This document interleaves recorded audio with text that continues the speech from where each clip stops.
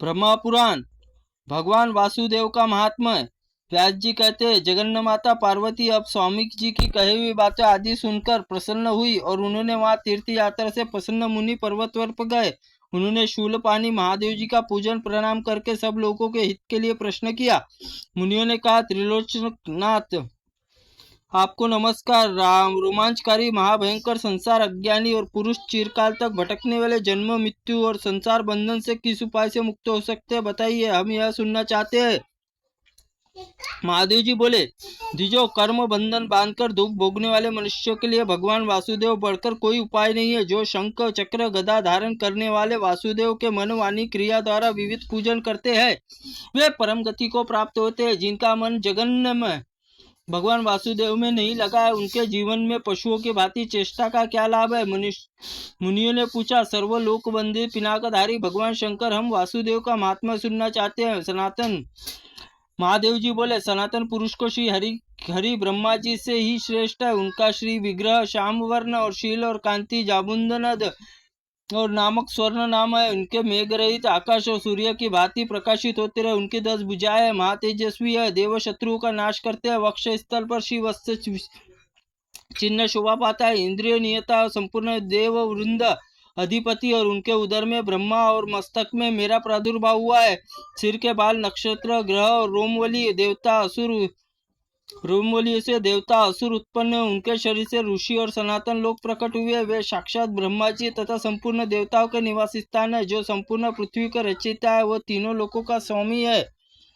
स्थावर जगम भूतों का संहार करने वाले, देवताओं के देवता, रक्षकों के रक्षक और शत्रुओं को ताप देने वाले, सर्वज्ञ सर्वष्टा सर्वव्यापी, सबको सबकी ओर मुख वाले और तीनों लोकों में उनसे बढ़कर कोई दूसरी वस्तु नहीं है। सनातन महाभाग गोविंद नाम से विख्यात देवताओं के कार्य सिद्ध करने के लिए मानव शरीर में अवरोधित होकर सर्व भूपालों में युद्ध संहार भगवान विष्णु के बिना देवगण अनाथ है।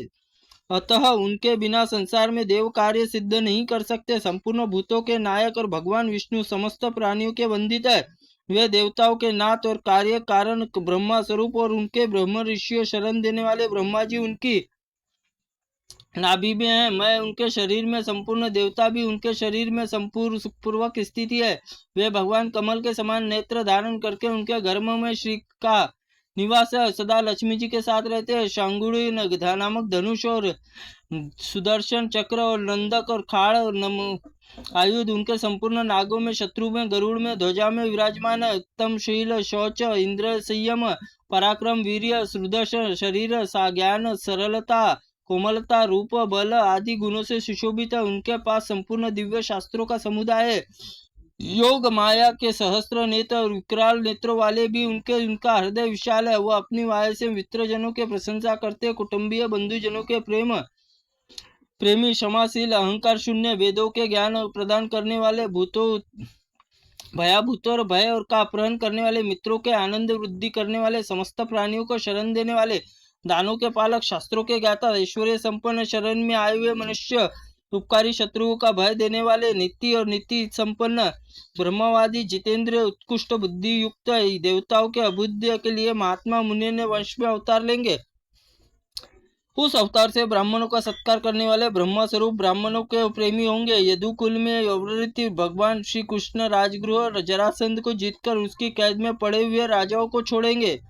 पृथ्वी पर समस्त के उनके पास संचित होंगे।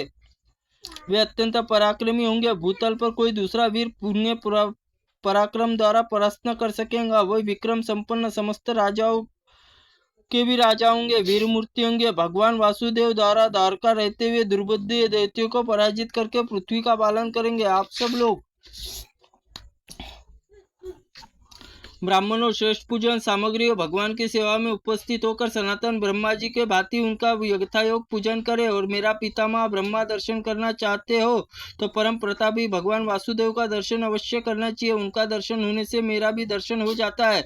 इसमें कोई अन्यथा विचार करने का नहीं चाहिए। तपोधन भगवान वासुदेव ही ब्रह्मा, ऐसा ही जानने पर जिनके कमल नयन भगवान विष्णु प्रसन्न होंगे, तब ब्रह्मा सहित संपूर्ण देवता प्रसन्न हो जाएंगे।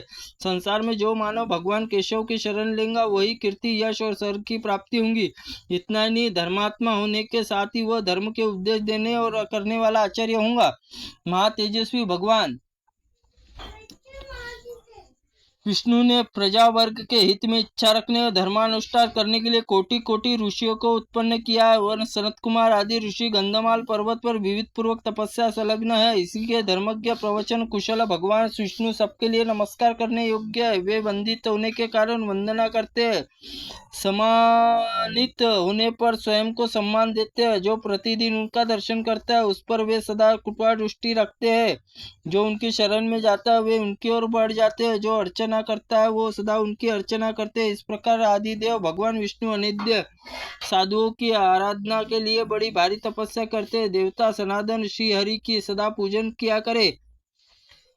भगवान अनुरूप निर्भरता से युक्त शरण में जाता हुआ आराधना के मन लगाकर संपूर्ण द्विजों को चाहिए कि वे मनमानी क्रिया द्वारा भगवान देव की नंदन की और उनकी सेवा में उपस्थित यत्नपूर्वक उनका दर्शन नमस्कार करे।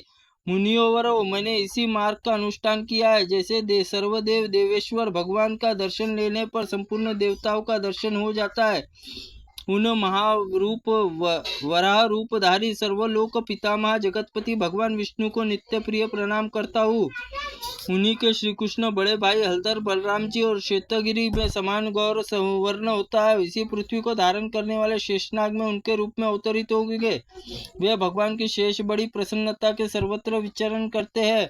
फन से पृथ्वी को लपेट कर स्थित है और जो भगवान विष्णु कहलाते हैं वे ही इस पृथ्वी को धारण करने वाले भगवान अनंत है। जो बलराम है वही समस्त इंद्रियों को स्वामी धरणीधर अच्युत्य, वे ही पुरुष सिंह दिव्य और दिव्य पराक्रमी है। उन दोनों का दर्शन और आदर करना चाहिए। वे क्रमश चक्र हल धारण करने वाले तपोधन। मैंने तुम लोगों को भगवान का अनुग्रह उपाय बताया। अब तुम लोग प्रयत्न पूर्वक यदु श्रेष्ठ भगवान वसुदेव का पूजन किया करो।